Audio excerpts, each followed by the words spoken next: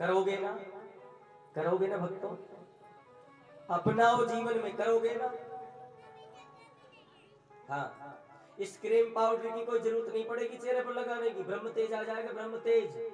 हाँ, तेजवान बन जाओगे, गुणवान बन जाओगे अगर आप ऐसा करते हो। और सबसे बड़ी सरल बात तो है, वो एक बार जरूर करना चाहिए जो भगवान को पसंद हो। और भगवान को पसंद है कि एकादशी, और भगवान कहते हैं जो एकादशी को कर रहा है वो मुझे पसंद है। दैट्स लाइक निर्मल मन जन सो मोहि पावा, मोहि कपट तल छिद्र न भावा। इसलिए आप एकादशी का व्रत किया करें और भाव से किया करें, आपकी मुक्ति हो जाएगी प्यारे राम।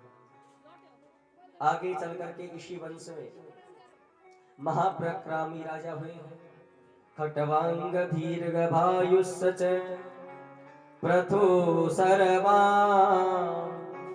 अजस्त तस्त जातो राजा दशरथ भवता। राजा हरिश्चंद्र भी इसी वंश में हुए। राजा हरिश्चंद्र जी राम जी के ही वंशज थे। हाँ,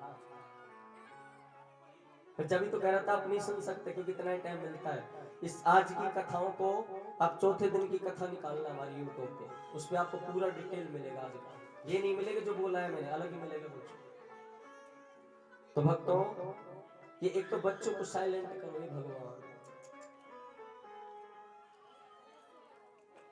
खटवांग नाम के राजा हुए, दीर्घ आयु हुए, अजस्त जातो राजा दशरथ है भवता। अज नाम के राजा हुए। अज नाम के राजा ने पृथ्वी को हल से जोता, और हल को हल से जोता तो 9 रथ खाली निकले पृथ्वी में से, और 10वें रथ में राजा दशरथ का जन्म हुआ। राम राम तो सभी कहे और दशरथ कहे न कोई, जो एक बार दशरथ कहे कोटि यज्ञ फल हो। राजा दशरथ जी का जन्म हुआ। सुख सब में सुना रहा हूं सूट में। राजा दशरथ के कितनी रानियां थी बताओ? कितनी थी? 3, कैकेयी, कौशल्या और सुमित्रा। राजा दशरथ के कोई संतान नहीं। क्या नहीं है? संतान। संसार में संतान का होना कंपलसरी है। सुनना आप हमारे इस प्रवचन को, जिसके संतान नहीं है उस जीव की गति नहीं होती है। कभी सुनना, यूट्यूब निकाल कर, जिसके संतान नहीं है उसका हाल। वैसे होने पर भी बुरा ही हाल होता है, कोई दिक्कत तो है नहीं। हाँ, हो जाए तो भी बुरा हाल, ना हो तो भी बुरा हाल, गर्भ में मर जाए तो बुरा हाल, संतान से कुछ सुख नहीं पाता है, लेकिन अंत्येष्टि, अंतिकरण नहीं हो पाता। भक्तों,